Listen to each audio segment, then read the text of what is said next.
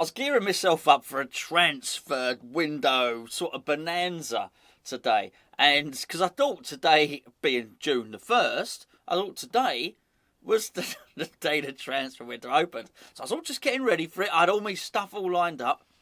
I thought I'll just check. Let me just check. And I went and checked, and the transfer window doesn't open until June the 10th. So there you go.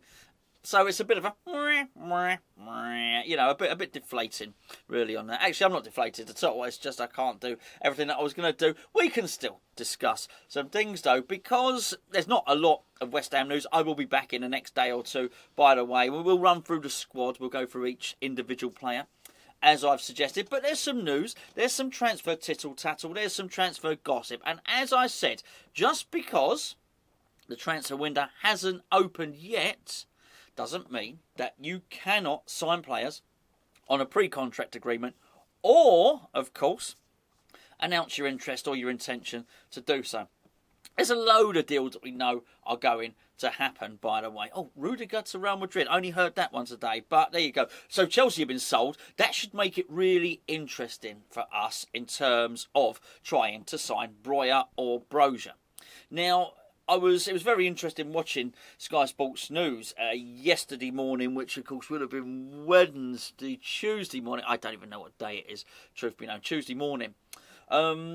Because they were saying the new Chelsea owners want to run a tighter ship. They're not going to plough the same sort of level of money in that Roman Abramovich did. And as a result of that, they're going to try and run it more along the way of the Fenway Group, which is obviously the Fenway Group are the group that own Liverpool.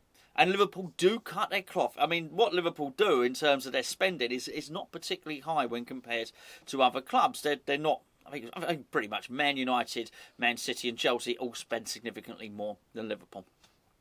So that means they're going to cut their cloth. Cutting their cloth means that I think there's players up for sale. I really do.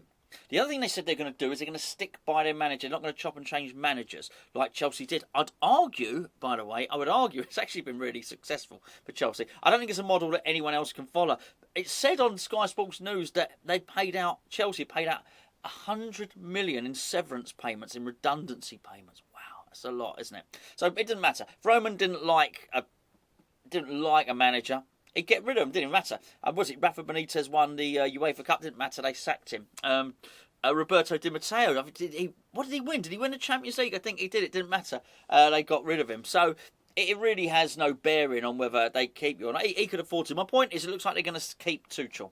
And if they keep Tuchel, then Tuchel's going to be needing a big time striker, really, possibly the striker that he thought and hoped Romelu Lukaku was going to be. If he's going to do that and he wants to basically recruit in other areas, and bearing in mind what I just said about Rudiger, he's going to have to do that because isn't Christensen, maybe he's also off as well? They need to buy centre halves.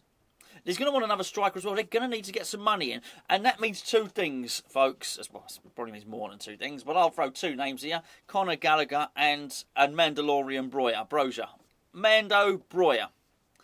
I know we've talked about him a lot, but every time we discussed him up to now, I've said it's not a viable option because Chelsea do not know what the ownership model is. Now we do. Now we can approach them. Now we can start negotiations. This is really good, and I think really something that West Ham can do. I did have to laugh, by the way. So we got linked with, I saw the name Broja, whatever you want to call it. Broja.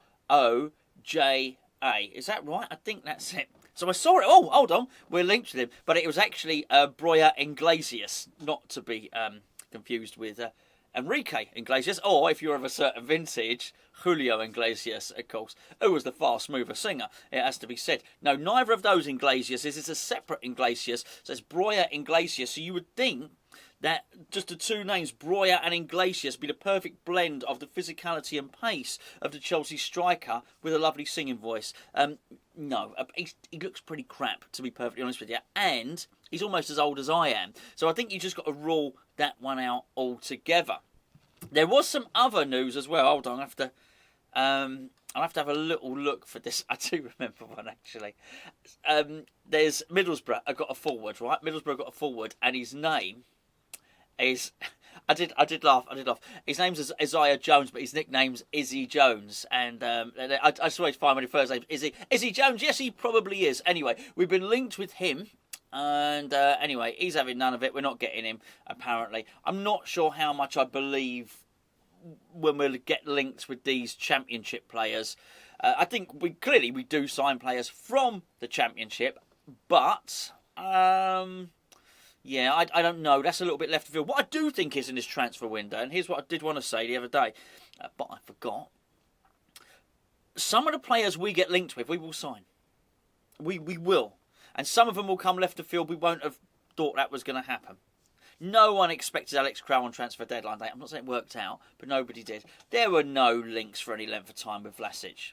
But Areola, okay, and Kurt Zouma, this went on for weeks. There were so many articles before we signed these guys that, for whatever reason, I don't think it's the club that release it, by the way. I think the owners keep their mouth shut because I think they've been told by David Moyes to do so.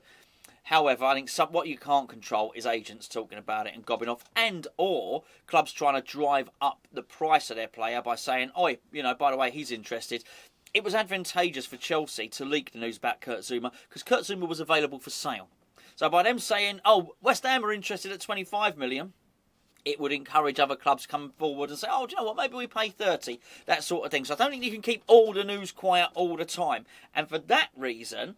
Some of the news, there'll be people we are linked with, and I'm not talking about Lingard and the obvious ones, but there will be players we're linked with, and have already been linked with, who will go on to sign. I guess that's not bloody hard, really, is it? Because we are linked with pretty much everybody.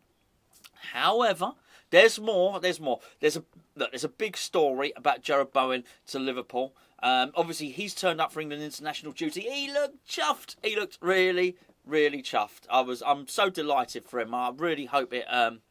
Really hope it goes well for him. Well, as we all do, certainly. Well, I hope he don't get injured, for starters. But I hope he gets a game. I think when you look at it, Antonio turned up for England duty once, didn't get a game. Cresswell turned up for England duty once, didn't get a game. I think it's nice for him to get an England cap. So hopefully that goes well. Anyway, we'll deal with Jarrod Bowen when I do with the little single videos I'm doing on individual players. We'll basically deal with him in a little bit. West Ham have also signed a load of youngsters. There's obviously more Areola news since I did the video yesterday.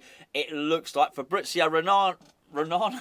So I shouldn't have got his name wrong. Fabrizio Romano, who's been on Hammers Chat before, and we're hoping will come on again. He's pretty much said that Alphonse Areola, Ari to you and me, will be signing permanently with the club. And of course, as you may well have known, our interest in Joe Worrell is rumoured to have been over. I had already heard it was over anyway. Whilst he's got good leadership qualities, plays for Nottingham Forest. The reason it's over, Nottingham Forest got promoted for the same reason that had we been interested in Ivan Toney last season, the moment Brentford got promoted, it was a no-no. He's their captain. They're going to need him. Nottingham Forest are going to need Worrell in the Championship. I'd already heard even before, even 2 months ago, I'd heard that people at the club thought Joe Worrell was too slow.